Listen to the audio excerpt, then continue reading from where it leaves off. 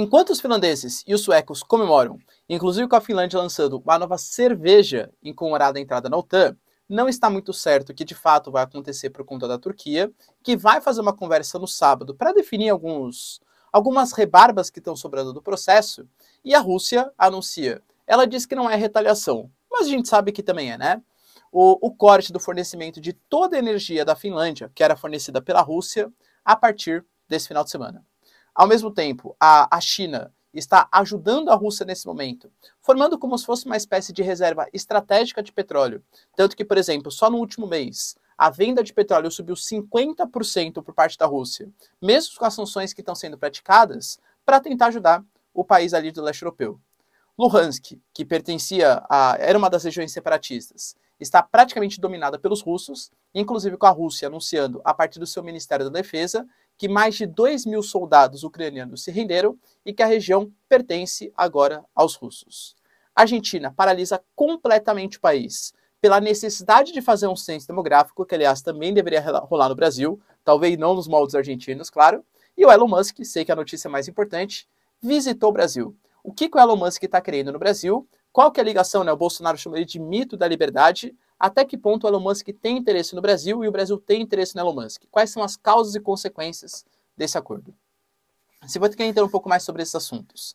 E muito mais também sobre geografia, geopolítica, atualidades, política, polêmicas, enfim. Tudo para você se manter sempre bem atualizado. Já se inscreve no canal, deixa seu like, compartilha esse vídeo, que eu, professor Ricardo, conto muito com a sua ajuda. Beleza? Link para o curso completo de Geografia, Geopolítica e Atualidades para você pré-vestibulando, ou concurseiro, ou até mesmo interessado, link na descrição. Baratinho, galera, vocês não vão se arrepender. Tamo junto? Então bora lá pro vídeo, ó. Bom, como eu citei para vocês, a Finlândia e a Suécia estão empolvorosas, né? Pô, grande parte da população desejava o ingresso na OTAN depois da operação militar estratégica, entre aspas, feita pela Rússia, tanto que até uma cerveja, aliás, né? Os países nórdicos adoram uma cervejinha, não só eles, né? A gente sabe que aqui no Brasil também é uma boa questão, mas uma cerveja em comemoração à entrada para a OTAN.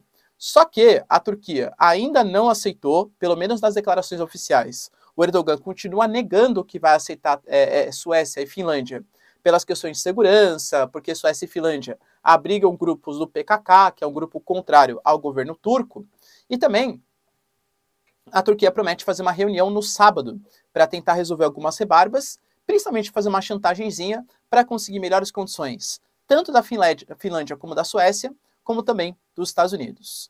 Mas, apesar disso, a Finlândia está bem confiante no processo. Ao mesmo tempo, a gente tem a China anunciando de várias maneiras, né? Oficialmente a China, ela adota uma postura muito parecida com a do Brasil. Olha, nós somos a favor da paz, a gente sabe que a Rússia está errada, estamos querendo fazer aqui, ó, um cessar-fogo, Rússia, pare de atacar, só que na prática não adota sanções, enfim, né, mantém uma postura um pouco mais neutra, mas sempre pendendo para o lado russo da força, tá? E não acho isso errado pensando na geopolítica global, claro, tá? E a China, pelo menos o que a Bloomberg acabou de divulgar, ela está ajudando mais a Rússia do que a gente esperava. A Rússia vem sofrendo sanções gigantescas que, óbvio, já trazem um impacto que muito possivelmente vai causar uma queda de 10% do PIB. Cara, inflação, desvalorização do rublo. Aliás, a Rússia, ela vem forçando de maneira estatal, propositalmente, uma valorização artificial do rublo. Quando parar essa intervenção estatal, a tendência é que caia novamente. O rublo passou por uma queda da confiança muito forte, né? Então a situação na Rússia não está fácil. Mas a China, ela vem tentando ajuntar de todas as maneiras. A gente não sabe, porque a China não divulga, a quantidade exata de barris de petróleo que eles usam como reserva estratégica. Professor, como assim? Essa é uma tática muito usada pelos americanos, tá? Principalmente depois de 1973, que é o primeiro choque do petróleo. Eles perceberam que depender exclusivamente da importação de petróleo era muito complicado, porque o petróleo está em regiões conflituosas, tem a OPEP, pode acontecer algum tipo de problema em relação à circulação de mercadorias pelo globo. Então, os norte-americanos, Estados Unidos, eles fazem uma reserva estratégica para, em momento de instabilidade política, econômica, eles começam a liberar essas reservas estratégicas. Aí, quando cai o preço do petróleo, as commodities, elas são cíclicas, tá? É natural. Eles vão lá e voltam a produzir petróleo por parte deles também, claro, e a importar petróleo do Oriente Médio. A China adota a postura parecida. Nesse momento, a Rússia está conseguindo vender petróleo para a China e a China está comprando o petróleo dos russos para quê? Para que os russos sintam menos as sanções econômicas. Lembrando que ontem, a reunião dos BRICS, ela mostrou uma aliança muito forte de China e Rússia, que querem, além de fortalecer os próprios BRICS, Brasil, Rússia, Índia, China e South África, convocar outros países, Nigéria, Indonésia, Egito, cara, vários países emergentes participaram e anunciaram que pretendem participar das próximas reuniões. Arábia Saudita histórica aliada dos Estados Unidos, cara, anunciou que vai participar das próximas reuniões se for convocado. A Argentina anunciou que não quer só participar de algumas reuniões, quer fazer parte dos BRICS, BRICSA, percebe? Então a China, ela tá gastando seu dinheirinho ali para aumentar a sua parceria geopolítica. Hoje, o Ministério da Defesa russo declarou que Lugansk, a regiãozinha de Donbás, né, é uma região que finalmente está independente. A Ucrânia ainda não referendou, né, não confirmou esse fato, mas o Ministério de Defesa russo garantiu: Lugansk é dos russos. Isso novamente, né, principalmente a região de Mariupol. Se a gente for pegar, por exemplo, Azovstal, segundo alguns membros da Ucrânia, ainda existe alguma resistência. A Rússia anuncia que todos já se renderam, mais de 2.000 soldados ali, que ainda relutavam naquela fábrica abandonada, aquela zona fabril abandonada, agora abriram mão do território, e isso abre espaço para o grande sonho da Rússia, que é conectar Donbás até Crimeia e talvez conectar a Crimeia à Moldávia, ou seja, dominar todo o sul da Ucrânia, impedir o acesso de produtos, armamentos, equipamentos para a Ucrânia e, claro, controlar o Mar Negro, que é o mar quente, o mar que não congela durante grande parte do ano. Aliás, nunca, né, no ano, tá bom? Então é bem estratégico geopoliticamente e economicamente falando.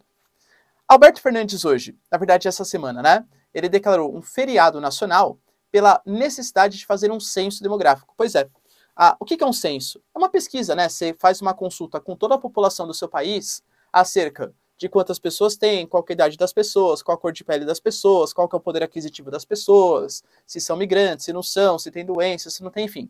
É um questionário sobre a vida daquele país para que você consiga estabelecer públicas eficientes para sanar as reais necessidades daquele país.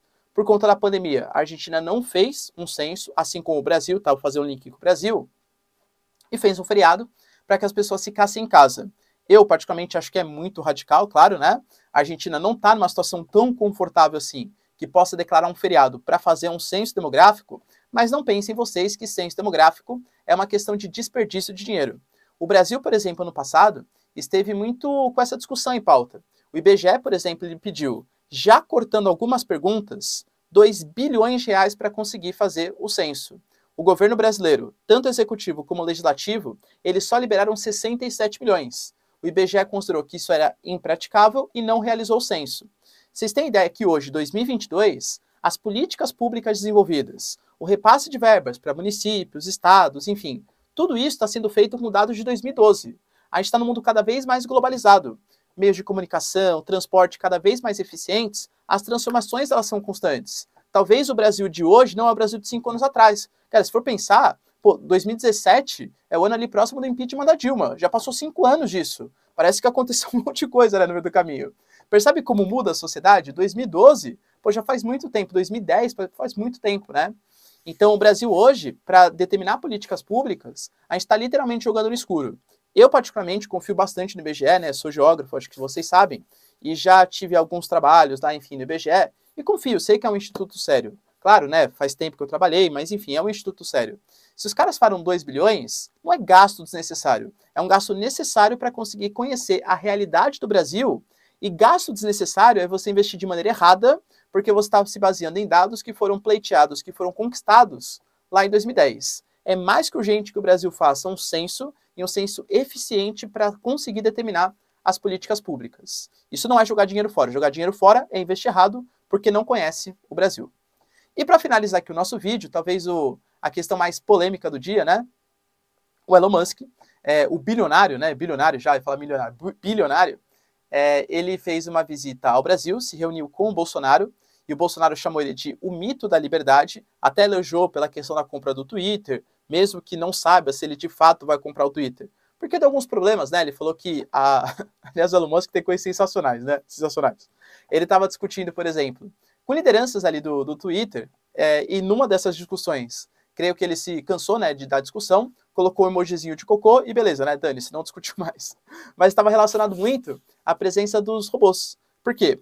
Segundo o Elon Musk, quando ele foi comprar, os donos da plataforma falaram que tinham determinada quantidade de robôs, contas falsas, só que, na verdade, quando for averiguar, nem é possível averiguar de fato quantas contas são falsas. Eu vi lá que centenas de milhares de perfis são excluídos por dia no Twitter pela suspeita de serem contas falsas, né? Enfim, o Elon Musk, então, talvez estava se metendo no mato sem cachorro. Tem gente que diz que ele só está especulando. Está criticando o Twitter, falando que não vai comprar, para baixar o preço da ação e assim ele compra mais barato. Convenhamos que não seria uma novidade. Ele já fez isso, por exemplo, com Bitcoin, com as shitcoins, né, que a gente fala, Dogecoin, etc, tal. Ele é mestre em fazer essa manipulação de mercado. Pô, o cara tem uma fala muito importante. Se ele fala alguma coisa, isso faz com que o produto aumente ou abaixe de preço. Ele pode criticar, o produto abaixa de preço, ele compra mais barato, elogia, o produto sobe de preço. Assim fica fácil, né, galera, ganhar dinheiro, tá bom? Não, né, enfim, o cara teve bastante mérito, né? O cara com certeza é um inovador, tá? Mas ele consegue manipular o mercado. Ele veio para o Brasil e anunciou que ele pretende, através do seu Starlink, né, fazer uma conexão. 2 pontos importantes, tá? E bem diferentes. A conexão na Amazônia de 19 mil escolas e a conexão do monitoramento de desmatamento da Amazônia. Em relação ao desmatamento da Amazônia, eu acho importante, cara, a gente ressaltar que o Brasil já tem satélites que têm essa capacidade. São satélites diferentes? Com toda certeza. O Starlink, por ser um satélite que voa em menor altitude, ele tem um tempo de latência menor. Eu não confesso que eu não sou especialista, né? Mas pelo que eu li, a transmissão de dados ela acontece pelo vácuo do espaço. E isso faz com que seja muito mais rápido, com menor latência, por exemplo, do que satélites de alta altitude que se utilizam, por exemplo, de outras referências para conseguir fazer o transporte, né, de dados, etc. Então, aparentemente, ele é mais rápido e mais eficiente. Um pouco mais caro ainda, isso é verdade. Por exemplo, o Starlink não é uma coisa nova no Brasil. Na verdade é novo, né? Mas não é novo de agora. Ele já foi referendado pelo governo brasileiro há meses atrás, e segundo a própria Starlink, existem áreas, por exemplo, em São Paulo, em outros estados do Sudeste e Sul do país, que já dispõem dessa tecnologia. Eu, particularmente, moro em São Paulo, capital, não conheço. Mas também, como eu falei para vocês, não sou especialista nisso e não procuro tanto dessas questões assim, tá? Mas aparentemente já existe nos centros urbanos mais ricos do Brasil. Essa questão de conexão da Amazônia, a gente tem que saber que já existe um sistema de monitoramento da Amazônia, feito pelo INPE, e que, segundo o próprio Instituto e segundo o governo brasileiro, ele tem um dado de precisão de 95%. Cara, que é relativamente alto. Ah, professor, vai ajudar, vai ser mais dinâmico e tal. Pô, se for ajudar, para mim, quanto mais monitoramento tiver, melhor. Talvez, o único medo que eu tenho é que isso possa estar sendo utilizado muito mais como uma narrativa, porque, inclusive, o Bolsonaro falou, né? Olha, aqui a nossa ideia é mostrar agora a realidade que existe para o mundo, o que de fato é a Amazônia. Cara, o INPE ele já teria essa capacidade, né, pelo censuramento remoto que ali existe, mas se for uma tecnologia melhor, que vai mostrar ainda mais, e que aí, de fato, olha só, o que eu não quero é que, tipo, galera, são dados oficiais, o desmatamento vem aumentando, e não é culpa do Bolsonaro, enfim, né, é culpa do governo brasileiro. O desmatamento ele é alto, pelo menos desde a década de 70 na região da Amazônia, o avanço da fronteira agrícola e tal. Então, eu tenho muito medo que isso seja utilizado como retórica para falar que não há desmatamento na Amazônia, que não há desmatamento no Cerrado nem está em questão, né? Mas que não há prejuízo ao meio ambiente brasileiro. Lembrando que falar que há prejuízo ao meio ambiente brasileiro é totalmente diferente de falar que eu concordo com sanções praticadas por Europa e Estados Unidos e qualquer país do mundo. As sanções que são praticadas contra o Brasil, é óbvio que são muito mais de caráter político do que de caráter ambiental. Não passa pela minha cabeça que o Olaf Scholz, o Macron, o Mário, por exemplo, né, da Itália, ele tem, o Mário Draghi, né, da Itália, passa na cabeça, nossa, olha só, como eu penso no indígena brasileiro, como eu penso na Amazônia brasileira. Então vou sancionar o Brasil porque eu quero preservar a Amazônia. Óbvio que é uma desculpa que eles utilizam para que os produtos agrícolas brasileiros não quebrem os seus mercados locais. Mas existe desmatamento, isso é fato, tá? Então, já é feito pelo INPE, se for uma coisa que vai colaborar, cara, é sensacional, melhor ainda, não vejo grandes problemas. Aliás, muita gente usa essa retórica, né? Ah, mas o Elon Musk, ele se faz de filântropo, mas ele não tem a ideia de realmente ajudar o Brasil, ou ajudar as regiões. Ele só quer ganhar dinheiro. Cara, de verdade, pode até ser que sim. E, aliás, eu não penso, na minha cabeça, tá? Se eu fosse um cara que faz políticas públicas, eu nunca pensaria que um empresário ou qualquer pessoa está pensando em benefício do país, né? A pessoa está pensando em benefício próprio. E não tem nenhum mal nisso. A grande questão é, o Estado vai conseguir utilizar esse anseio do empresário ganhar mais dinheiro para fazer uma troca mútua que seja benéfica para os dois. Tá? Então, Não sei das intenções do Elon Musk, talvez ele realmente seja um grande cara da liberdade, pouco me importa. Se for uma coisa que vai ser boa para o Brasil, a um preço justo e um preço baixo, cara, sensacional, que venha e colabore para a gente, né? A gente precisa da iniciativa privada para conseguir fazer o Brasil crescer. E outro ponto aí que foi super relevante é a questão das 19 mil conexões que vão acontecer em colégios da Amazônia. Isso é bem importante, né? A Amazônia é uma área, assim como outras do Brasil, comunicação é um gargalo econômico do Brasil. É uma coisa que dificulta o nosso crescimento econômico. Pô, se o Starlink for realmente eficiente e tal, sensacional. Dois medos que eu tenho dessa questão. Primeiro, o Elon Musk, ele falou bastante, mas não houve uma proposta, algo que o valha, que de fato, olha, a gente vai começar a investir aqui, vai ser nessa data, vai ser esse acordo, fechamos esse documento. Ficou uma coisa meio jogada ao ar. Isso vai para frente? Cara, várias coisas que ele já prometeu também não foram para frente no passado, tá? Tem gente que fala assim, professor, ele está interessado nos minérios da Amazônia e tal. Cara, tem que ver qual vai ser o documento assinado, né? Vamos ver. Não dá para afirmar antes, né, que o cara tá querendo, vão roubar a Amazônia e coisa que vai, tá bom? E outro ponto interessante também é pensar, pô, professor, legal, hein? Vai levar aí 19 mil, né, conexões para a Amazônia. Mas será que existem esses computadores? Porque segundo os próprios dados que existem do Ministério da Educação do Brasil, o grande problema, a região norte é a que tem menos acessibilidade do Brasil. Então precisa, é fato. Se o Elon Musk vier colaborar, sensacional, tá? Mas muitas das escolas não tem nem computador para ter esse acesso. Então vai ter a conexão à internet, mas não tem o acesso. Lembrando que a próprio leilão do 5G que aconteceu no Brasil, que foi dos maiores do mundo, ele obrigou as empresas a colocarem uma contrapartida. Qual que é a contrapartida? Empresa, você explora essas áreas, mas você obrigatoriamente tem que conectar as escolas à rede 5G. Pô, interessante, né? As empresas lucram vendendo 5G para o Brasil, tal, que é uma coisa interessante para os dois lados, mas também conectam as escolas, principalmente escolas públicas no Brasil, tá? Então, vamos ver se o governo ele consegue fechar essa parceria, quais vão ser os acordos dessa parceria, qual vai ser o valor que a gente vai destinar para o Elon Musk. O cara não é um bonzinho, né, e não tem nenhum problema. Ele quer ganhar dinheiro em cima disso, mas se for um acordo bom para os dois lados, galera, sensacional. Então, mais que junto, os empresários podem sim contribuir bastante para o crescimento econômico do Brasil. Beleza? E você, galera, concorda com essa tentativa da Elon Musk de ajudar o Brasil? De ganhar dinheiro e ajudar também, né, consequentemente, o território brasileiro? Acha que tem alguma coisa por trás? Tá querendo nossa bauxita, nosso ferro ali da Serra dos Carajás, do Vale do Oriximiná?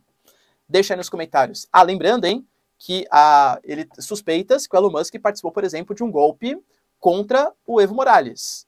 Um golpe contra... O Evo Morales tinha dado um golpe na Constituição e tinha sido eleito pela 4ª vez. Aí ele sofreu um golpe com a entrada da Jeanine Áñez e, teoricamente, o Elon Musk publicou ali, fez um tweet, falando que ele ajudou no golpe. Ninguém sabe se ele estava brincando ou falando sério.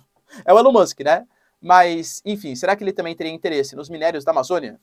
Deixa aí nos comentários, quero saber sua opinião. No mais, galera, se vocês curtiram o vídeo, tamo junto, beijos, abraços e tchau, tchau.